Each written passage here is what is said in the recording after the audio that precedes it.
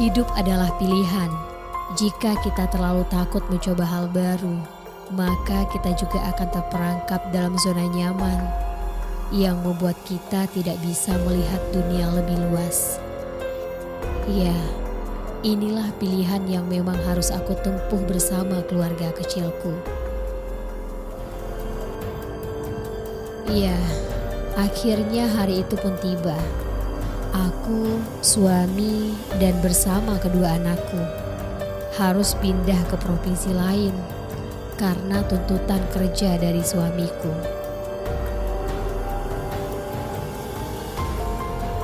Kisahnya, kami ditempatkan di sebuah villa di atas perbukitan. Lokasinya indah dan juga alami, serta ada sebuah danau di dekat villa tersebut. Kami sangat senang punya tempat seindah itu.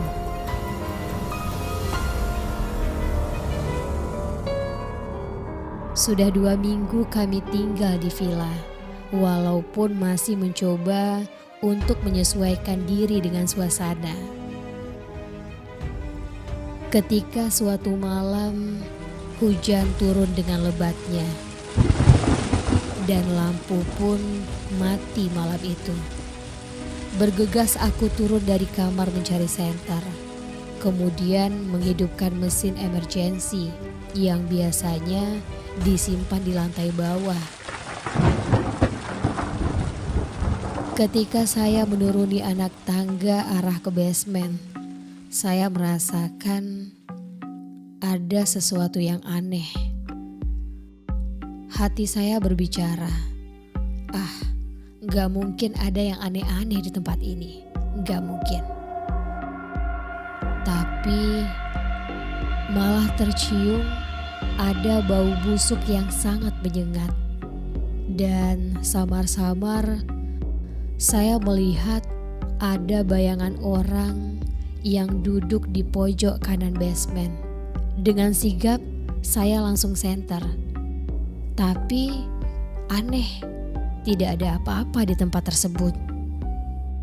Kecuali hanya ada satu kayu berupa seperti pasungan.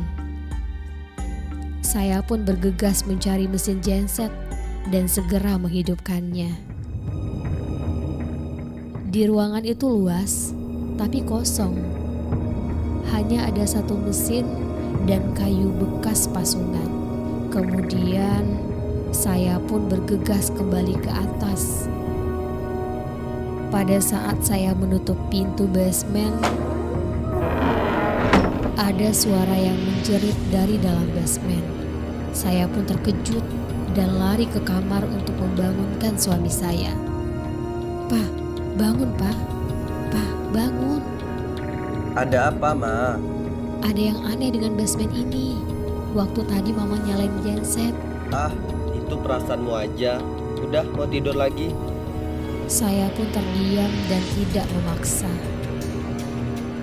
Setelah kejadian tadi, saya pun tidak bisa tidur.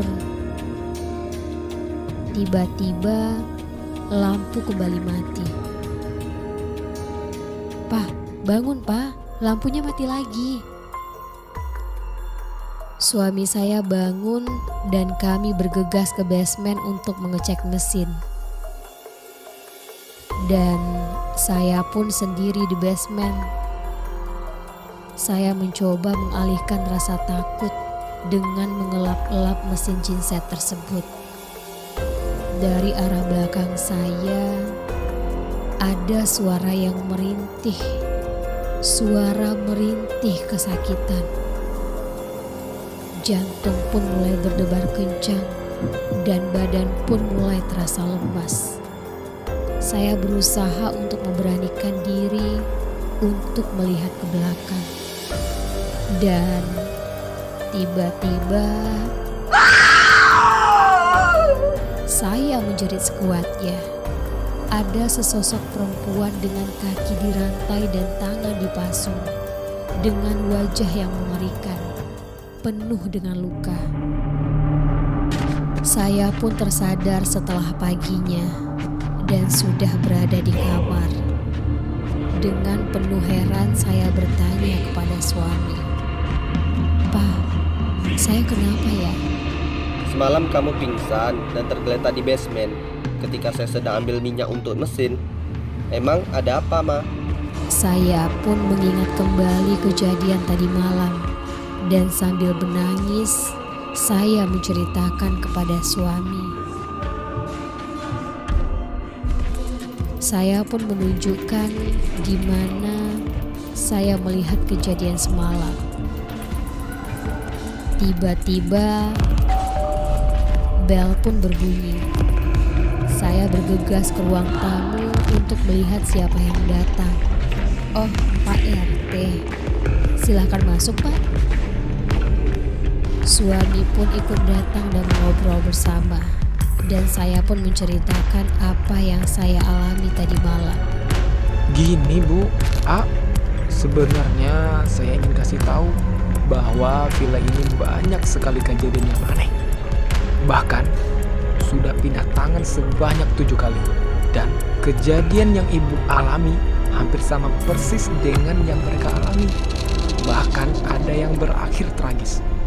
Ya, itu pasti ada anggota keluarga yang gila dan dipasung di ruang bawah. Ih, seram ya. Terus gimana, Pak, nasib yang sakit gila itu? Dia tak kunjung sembuh sampai akhirnya meninggal dunia. Di sela obrolan kami, tiba-tiba ada suara anak saya yang menjerit dengan kerasnya.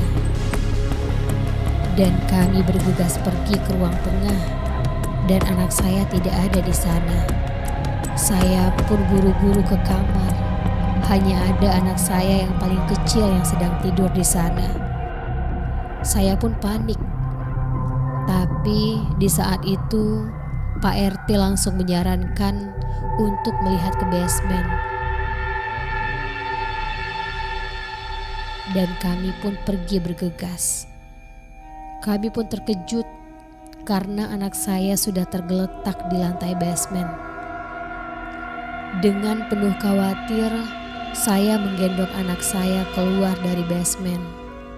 Setelah sampai di ruang tamu, Pak RT pun berkata, Lebih baik kalian pindah aja. Karena sudah dari dulu kejadian yang seperti ini, kejadian yang sama persis, sudah berbagai cara apapun ditempuh oleh pemilik sebelumnya. Tapi hasilnya nihil. Tanpa pikir panjang, saya dan suami menelpon ke atasan untuk izin pindah rumah. Singkat cerita, besoknya kami pun mengepak barang dan bergegas pergi dari villa tersebut. Tapi pada saat kami meninggalkan villa itu, terlihat ada sosok perempuan dengan pakaian lusuh dan muka pucat berdiri di jendela sambil melambaikan tangan. Saya terkejut sambil menutup mata meninggalkan villa tersebut. Villa tersebut adalah villa angker yang dijuluki rumah pasung. Sampai pada saat ini pun villa tersebut terbengkalai dan kosong dan penuh dengan misteri.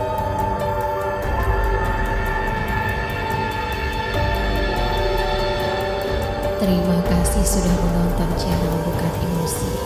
Jangan lupa subscribe dan share video ini. Kemudian bunyikan lonceng Anda untuk mendapatkan video terbaru.